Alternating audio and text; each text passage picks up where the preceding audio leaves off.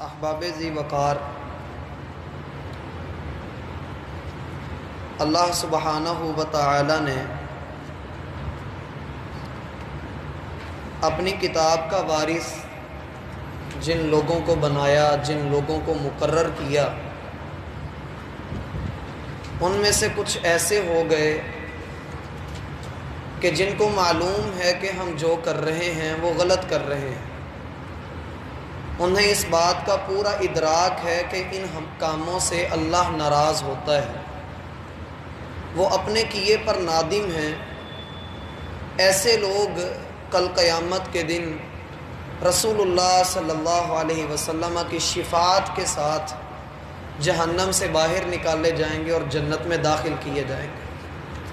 اللہ سے دعا ہے کہ اللہ ہمیں شفاعت تو عطا فرمائے لیکن ہمیں جہنم کے اندر نہ پھینکے۔ یہ وہ پہلا گروہ ہے جو شرمندہ بھی ہے لیکن اللہ رب العالمین کی بندگی پوری کرتا ہے۔ بندگی سے مراد یہ ہے کہ یہ لوگ اپنے گناہوں کو گناہ ہی سمجھتے ہیں، اور اللہ رب العالمین کے متعلق ان کا عقیدہ یہی ہے کہ وہ وحدہ لا شریک ہے، اللہ کی توحید میں کسی طرح کا سمجھوتا نہیں کرتے ہیں۔ ہاں، اگر آپ کے اعمال میں، آپ کی توحید میں کہیں بھی سمجھوتا نظر آتا ہے اور آپ شرک کے حق میں ہوتے ہیں یا آپ شرک کو کچھ نہیں سمجھ رہے ہوتے ہیں تو پھر اللہ رب العالمین کے ہاں معاملہ بڑا سخت ہے۔ اس لیے بندے کو اللہ سے دعا کرنی چاہیے کہ اے اللہ، میں جانتے بوجھتے بھی شرک کرنے سے اور لا علمی میں بھی شرک کرنے سے اللہ تیری پناہ مانگتا ہوں، تو مجھے شرک میں مبتلا نہ کرنا۔ فَمِنْهُمْ ظَالِمٌ لِنَفْسِهِ، جن لوگوں کو اللہ نے اپنی کتاب کا وارث بنایا ان میں سے کچھ ایسے لوگ ہیں جو کہ اپنی جانوں پر ظلم کرتے ہیں، کبائر کا ارتکاب کرتے ہیں، کبیرہ گناہ کا ارتکاب کر لیتے ہیں۔ اب میرا بھائی ایک سوال یہاں پر یہ آتا ہے کہ کبیرہ گناہ کون سے ہوتے ہیں، ان کی تعداد کتنی ہے؟ مختلف روایات میں اللہ کے رسول صلی اللہ علیہ وسلم نے مختلف گناہ ذکر کیے ہیں، اور جو ذکر کیے ہیں ان کے ساتھ یہ الفاظ بھی ہیں کہ یہ کبیرہ گناہ ہیں۔ مثلا صحیح بخاری میں اللہ کے رسول صلی اللہ علیہ وسلم ایک فرمان ہے، اجتنبوا السبع الموبقات، 7 گناہوں سے بچو جو بندے کو ہلاک کر دیتے ہیں۔ پھر ایک روایت میں اللہ کے رسول کا فرمان ہے، ان من اکبر الکبائر ان یلعن الرجل والدیہ، یہ بھی صحیح بخاری کی ہی روایت ہے۔ اللہ رب العالمین کے ہاں سب سے بڑا گناہ یہ ہے کہ بندہ اپنے والدین کو گالی دے۔ ایک روایت میں آتا ہے، الا انبئکم باکبر الکبائر، کیا میں تمہیں بڑے گناہوں کے متعلق خبر نہ دوں؟ لوگوں نے کہا بلا یا رسول اللہ۔ آپ علیہ الصلاۃ والسلام نے فرمایا، ان تجعل للہ ندا وہو خلقک، آپ اللہ کے ساتھ شرک کرو، یہ سب سے بڑا گناہ ہے۔ مختلف روایات میں مختلف گناہوں کا ذکر کیا گیا ہے۔ علماء کرام نے ان کو مرتب بھی کیا، جمع بھی کیا۔ بعض نے ان کی تعداد 70 تک بتائی ہے، بعض نے ان کی تعداد 400 تک بتائی ہے، بعض 400 سے بھی آگے بڑھ گئے۔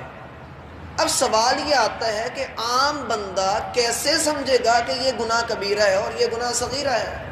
اول تو میرا بھائی یہی دیکھ لیں کہ گناہ تو گناہ ہی ہوتا ہے، گناہ ہی ہوتا ہے۔ ہاں، کچھ گناہ ایسے ہوتے ہیں کہ جو آپ کی عبادات کے ساتھ، آپ کی نمازوں کے ساتھ، آپ کے صدقے کے ساتھ، آپ کے سبحان اللہ کہنے سے، الحمدللہ کہنے سے وہ گناہ ساتھ ساتھ ختم ہوتے جاتے ہیں۔ اور کچھ گناہ ایسے ہیں جن کو بندے نے جب کیا ہو وہ اس قدر بڑے گناہ ہوتے ہیں، اس قدر گندا فعل ہوتا ہے کہ بندے کا اپنا دل کہتا ہے یار توبہ کر، اللہ سے معافی مانگ، آگے جا شرمندگی کا اظہار کر، 2 رکعتیں پڑھ، کہیں اللہ رب العالمین تجھ سے ناراض نہ ہو جائے، اللہ سے معافی مانگ۔ کچھ گناہ ایسے ہوتے ہیں جن کے لیے معافی کی ضرورت ہوتی ہے۔ مثلا کوئی چور چوری کرتا ہے تو شریعت کا حکم یہ کہ آپ اس سے معافی منگوائیں گے۔ قاتل قتل سے توبہ کر رہا ہے لیکن اس کو قصاص میں قتل کیا ہی جائے گا۔ ایک بندہ رشوت لیتا ہے، اس پر سب کا اتفاق ہے کہ یہ کبیرہ گناہ ہے۔ اب ہمیں کیسے پتہ لگے گا؟ علماء کرام یہ کہتے ہیں کہ بھائی ایسے گناہ جن گناہوں پر شریعت نے گناہ سزا بتلائی ہے کہ اس کی یہ سزا ہے، اس کی یہ سزا ہے، اس کی یہ سزا ہے، وہ کبیرہ گناہ ہے، یا ایسی بات کہ جس پر اللہ نے لعنت کی ہو جس گناہ کے کرنے پہ، وہ کبیرہ گناہ ہے۔ اب سوال وہیں کا وہیں رہتا ہے کہ ہمیں تو نہیں پتا کہ ان باتوں پر اللہ نے لعنت کی ہے، ہم تو کاروباری لوگ ہیں، ہمیں کیسے پتہ لگے گا؟ تو میرا بھائی اس کی سمپل سی پہچان یہ ہے کہ ہر گناہ کبیرہ گناہ ہوتا ہے جب آپ اس کو دھڑلے سے کرنا شروع کر دیں۔ جب آپ اس کو چھوڑیں نا تو وہ کبیرہ بن جاتا ہے۔ مثلا ایک آدمی ہے، اس نے پہلی مرتبہ سگریٹ پیا، اس کو برا لگا، اگلے دن اس نے پھر پیا، اس کو کل کی طرح کا برا نہیں لگا، اس نے پھر پیا، اب اس کی یہ عادت بن گئی ہے، اپنی عادت کو وہ چھوڑ نہیں سکتا ہے، بڑی مشکل سے چھوڑے گا جب بھی چھوڑے گا۔ اسی طرح سے جب گناہ عادت بن جاتا ہے تو پھر انسان اس گناہ کو گناہ نہیں سمجھتا، اور یہ سب سے بڑی بدبختی ہوتی ہے کہ انسان گناہ کو گناہ نہ سمجھے۔ اس لیے اہل علم نے کہا کہ ہر گناہ کبیرہ گناہ ہوتا ہے جب وہ بندے کی عادت بن جائے، اور ہر گناہ صغیرہ گناہ ہوتا ہے جب بندہ اس کو چھوڑ دے، بندہ جب اس سے پیچھے ہٹ جائے، جب بندہ اس سے توبہ کر لے تو پھر بندے کے لیے آسانیاں ہی آسانیاں ہوتی ہیں۔ دنیا کے اندر میرا بھائی کوئی گناہ ایسا نہیں ہے کہ اللہ رب العالمین اسے معاف نہ کرے۔ شرک بھی توبہ سے معاف ہو جاتا ہے۔ انسان نے شرک بھی کیا ہو نا، کہیں وہ مشرک رہا ہو تو وہ سارا گناہ اس کا معاف کر دیا جاتا ہے۔ ہاں وہ بندہ معاف نہیں کیا جاتا جو شرک کی حالت میں مرتا ہے، جو حالت شرک میں فوت ہوتا ہے اس کو معاف نہیں کیا جائے گا، لیکن جو حالت شرک میں زندہ ہے اور اسے سمجھ آ جاتی ہے اور وہ توبہ کر لیتا ہے، اللہ رب العالمین اس کی توبہ کو قبول کر لیتے ہیں، کیونکہ رسول اللہ صلی اللہ علیہ وسلم کا فرمان ہے التائب من الذنب کمن لا ذنب لہ، گناہ سے توبہ کرنے والا ایسے ہی ہے گویا اس نے گناہ کیا ہی نہیں۔ لیکن یہ جس گروہ کا یہاں پر ذکر ہے اس کی تفصیل میرا بھائی میں اس لیے بار بار آپ لوگوں کو بتا رہا ہوں کہ ہمارے ہاں یہ والا گروہ سب سے زیادہ پایا جاتا ہے۔ امت میں اس وقت یہی گروہ ہے جو کتاب اللہ کا وارث ہے، لیکن یہ اپنی اصل کو چھوڑ کر گناہوں کے اندر ڈوبا ہوا ہے، جس کی بنا پر دین والوں پر اور مسلمانوں کے اوپر مظالم کے پہاڑ توڑے جا رہے ہیں۔ اس قدر ظلم کیا جا رہا ہے، وجہ کیا؟ ہم اپنے اوپر ظلم کر رہے ہیں، ہم اپنے دین کو بھلائے بیٹھے ہیں، جس کی بنا پر کافر کو موقع ملا ہے وہ ہمیں دبائے، وہ ہمیں مارے، وہ ہماری عزتوں کو لوٹے، وہ ہمارے گردنیں کاٹے، اس کو موقع ملا ہوا ہے۔ اور جس دن ہم نے اپنے دین کو پہچان لیا، ہم اس گروہ سے نکل کر اس اعلیٰ گروہ میں چلے جائیں گے جو تیسرے نمبر پہ آپ کو نظر آ رہا ہے وَمِنْهُمْ سَابِقٌ بِالْخَيْرَاتِ بِإِذْنِ اللَّهِ۔ یہ وہ لوگ ہیں جو نیکی میں سبقت کر کے اللہ کے حکم سے آگے بڑھ جاتے ہیں، یہ اگلے لوگ ہیں، ان کی شان ہی کچھ اور ہوتی ہے۔ تو بات یہ ہے کہ جو بندہ پہلے گروہ کے اندر ہے تو وہ بھی مسلمان ہے، وہ بھی اللہ کا چنا ہوا بندہ، اللہ کے بندوں میں ہی اس کا شمار ہے، لیکن اسے چاہیے کہ وہ اپنے گناہوں سے توبہ کرے، وہ اپنے گناہوں سے پیچھے ہٹے۔ اللہ رب العالمین کا فرمان ہے سورہ مریم کے اندر 16واں پارہ ہے، اللہ رب العالمین نے ذکر کیا سیدنا زکریہ کا، یحییٰ، مریم، عیسیٰ، ابراہیم، موسیٰ، اسماعیل اور ادریس اور ان انبیاء کا ذکر کرنے کے بعد اللہ رب العالمین فرماتے ہیں اولئک الذین انعم اللہ، یہ جن لوگوں کا نام تمہارے سامنے ہم نے لیا ہے یہ وہ لوگ ہیں جن پر اللہ نے اپنا انعام کیا۔ اے اللہ تو نے اپنا انعام کیوں کیا؟ اذا تتلی علیہم آیات الرحمن خروا سجدا وبکیا، اس لیے ان پر اپنی ہم نے رحمتیں زیادہ کی کہ جب جب یہ اللہ کی بات پڑھا کرتے تھے سجدے میں گرتے اور رو پڑتے تھے۔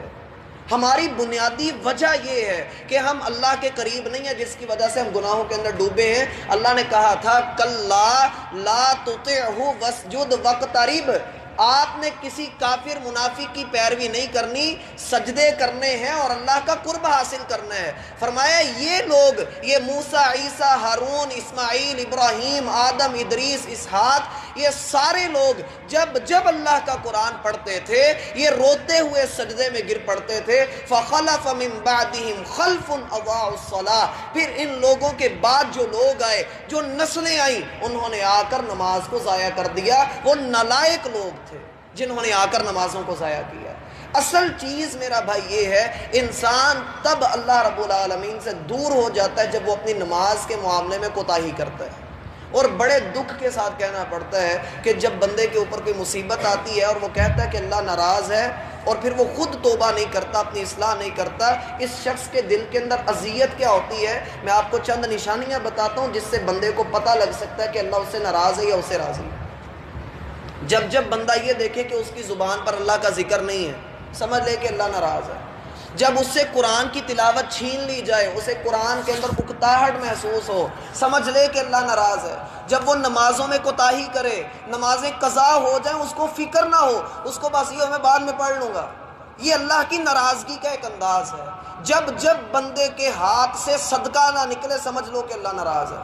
آپ کو نیک عمل کی توفیق نہ مل رہی ہو، اور آپ کی فجر قضا ہو رہی ہو، آپ کا کاروبار میں دل لگ رہا ہو، آپ کا قرآن سے دل اٹھ رہا ہو، اور آپ کو دوسرے کاموں میں مزہ آ رہا ہو، سمجھ لیں کہ یہ اللہ رب العالمین کی ناراضگی کا انداز ہے۔ اور اللہ کی قسم بڑا ہی خوش نصیب بندہ ہے جس کو یہ پتہ بھی لگ جاتا ہے، جس کو یہ محسوس بھی ہو جاتا ہے کہ یار میرے ساتھ یہ کیوں ہو رہا ہے، میں ذکر کیوں نہیں کر رہا ہوں، میں پہلے تو ذکر کیا کرتا تھا، اب میں کیوں نہیں کرتا، میں نماز سے پہلے مسجد کے اندر پہنچ جایا کرتا تھا، میں اب کیوں نہیں جا پاتا ہوں، مجھے اپنی اصلاح کی ضرورت ہے۔ اور بڑا ہی خوش نصیب ہوتا ہے جسے یہ پتہ لگ جاتا ہے، اور اس سے بھی بڑھ کر خوش نصیب وہ ہوتا ہے جو پتہ لگ جانے کے بعد اپنے آپ کو اللہ کے در پہ لے آتا ہے اور توبہ کر لیتا ہے۔ پھر یہ شخص ہوتا ہے کہ جو اللہ رب العالمین سے توبہ کرتا ہے تو رسول اللہ صلی اللہ علیہ وسلم فرماتے ہیں اللہ اس کی توبہ سے اتنا خوش ہوتا ہے، اتنا خوش ہوتا ہے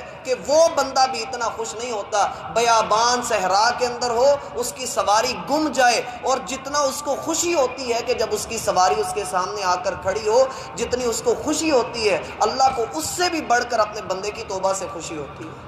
اس لیے میرا بھائی یہی وہ بندہ ہے کہ جو گناہ سے توبہ کرتا ہے تو اللہ اس کے گناہ کو نیکی میں بدل دیتے ہیں۔ اللہ ہمیں سمجھنے کی توفیق عطا فرمائے، اپنی جانوں پر ظلم کرنے سے بچیں، اللہ سے دعا کریں تشہد کے اندر جو اللہ کے رسول کیا کرتے تھے، اللہم انی ظلمت نفسی ظلما کثیرا فانہ لا یغفر الذنوب الا انت، اے اللہ میں نے اپنے اوپر بڑا ظلم کیا ہے، لیکن اس ظلم کو معاف بھی تو نے ہی کرنا ہے، تیرے علاوہ کوئی ایسا نہیں ہے جو میرے اس ظلم کو معاف کر سکے، انک انت الغفور الرحیم، اے اللہ تو میرے اوپر رحمت نازل فرما، تو ہی غفور الرحیم ہے۔ سیدنا ابو بکر صدیق رضی اللہ عنہ فرماتے ہیں اللہ کے رسول نے جب یہ بات بیان کی تو آپ مسکرا دیے، تو میں نے کہا اللہ کے رسول اللہ آپ کو مسکراتا رکھے، آپ کیوں مسکرا رہے ہیں؟ فرمایا کہ جب بندہ اللہ سے یہ دعا کرتا ہے اللہ مسکرا پڑتا ہے، اور اللہ یہ کہتا ہے دیکھو میرا بندہ خود ہی ظلم کرتا ہے اور خود ہی اعتراف کرتا ہے۔ اللہ ہمیں سمجھنے کی توفیق عطا فرمائے۔ وما توفیق